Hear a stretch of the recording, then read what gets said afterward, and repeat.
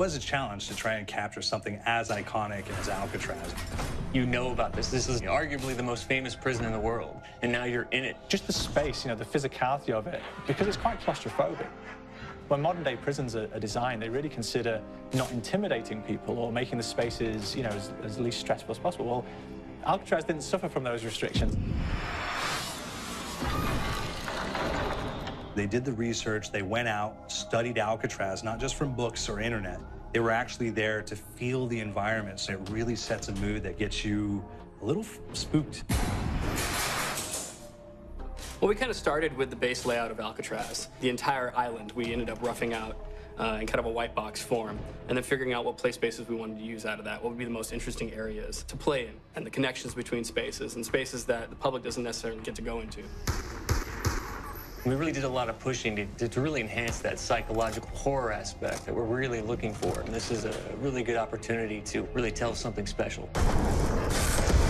Like I got stuck right through the gates to hell!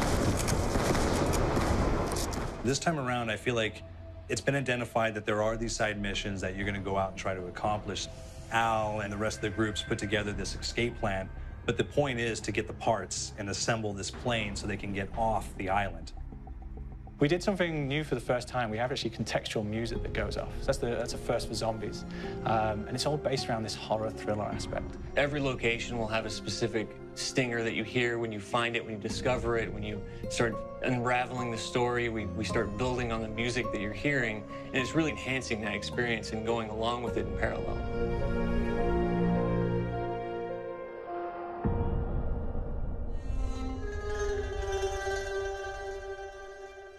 Because we wanted to embrace this kind of horror thriller element, we wanted character actors, guys who could really embody someone and then convey emotion. So that's why we went for guys like Ray Liotta, getting in that kind of guy, we wanted a frantic nature. So he plays a character called Billy Handsome, who's this kind of psychopath who would be employed by the mob to kill people in interesting ways.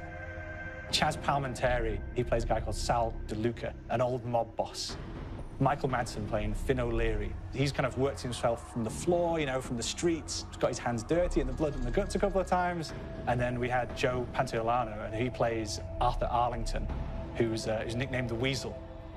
Those guys, they bring a quality and a subtlety and timing that you can't really identify or try to recreate. Bring it on, dirtbags! You start off in the Afterlife mode, and that's just going to be what's going on. You're going to try to solve the mystery from the second you start.